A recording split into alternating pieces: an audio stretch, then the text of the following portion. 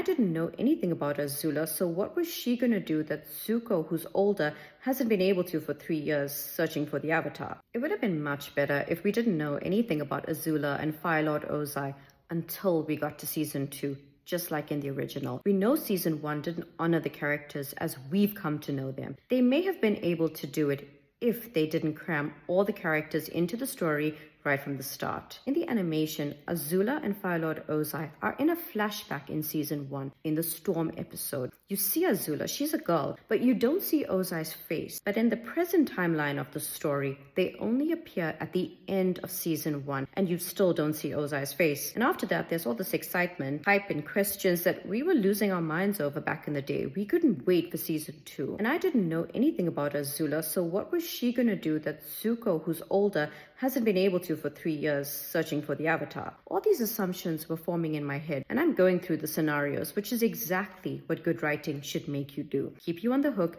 keep you guessing and amped for what happens next. You're supposed to build up the story and the characters in your head before they give you any information about them. It's exciting to see if your theories align with what actually happens, and in the animation, they spend the first quarter of season 2 showing you exactly who Azula is. And let me tell you, I did not see her coming, because then you're afraid, right, for Zuko and Iroh's lives, because she's unhinged. She'll do anything to win, but no, she won't snap.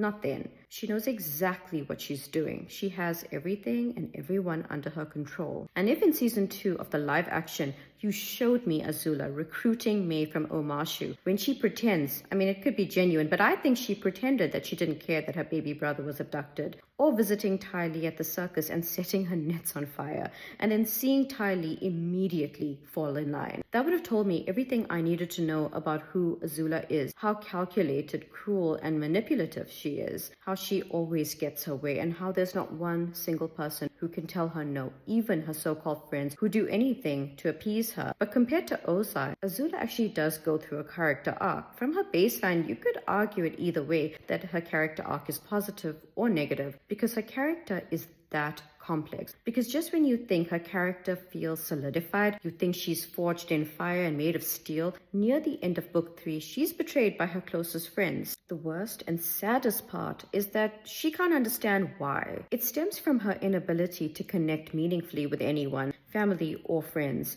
because all her relationships have had agendas. But then, does she not realize that the reciprocal is also true? May and Ty Lee's agenda probably don't hurt me or my family. So they go along with the charade, and it's fun. They fight winnable fights, they mess around, until they encounter something that's more important than being in Azula's good graces. For May, that's saving Zuko, and for Ty Lee, that's saving May. The sad part is how Azula doesn't realize that they're obligated to be there with her. And with this realization, she becomes completely unhinged, and not 1 second sooner.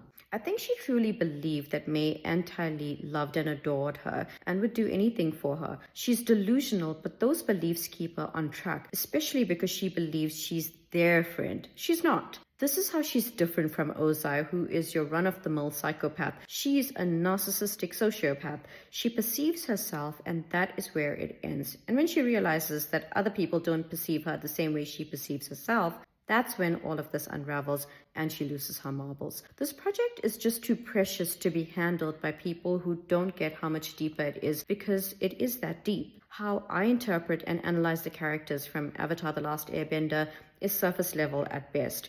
These adapters are literally flying on Appa.